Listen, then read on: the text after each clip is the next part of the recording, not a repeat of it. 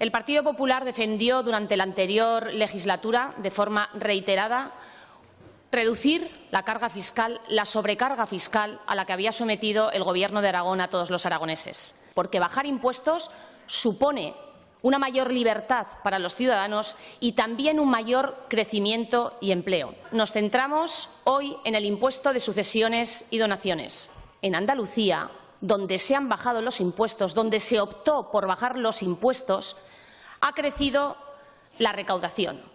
El efecto Laffer de Andalucía baja los impuestos y recauda un 7% más. Con nuestra iniciativa lo que pretendemos es que el impuesto de sucesiones se bonifique al 99% para cónyuges ascendientes y descendientes, por línea directa y promoviendo las reducciones para el resto de herederos. Bonificar además totalmente las transmisiones mortis causas de empresas o negocios, incluidas también las explotaciones agrarias, porque eso contribuye también a un reto al que todos aquí nos hemos comprometido, que es el de paliar la despoblación en nuestra comunidad autónoma.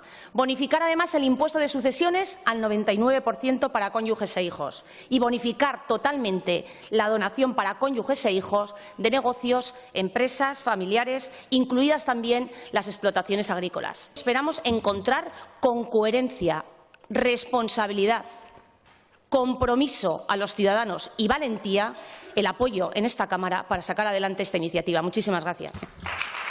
Sí, 31, no 34. Por lo tanto, decae la proposición no de ley. Señores del Partido Socialista, señores de Chunta Aragonesista, señores de Izquierda Unida, solamente les voy a dar un dato. En el ejercicio 2018, 200 millones de mi ejecución presupuestaria. Y al par decirle una vez más que esto no ha sido una enmienda a la iniciativa del Partido Popular. Esto ha sido una enmienda a su ADN, el que han defendido durante muchos años. Muchas gracias.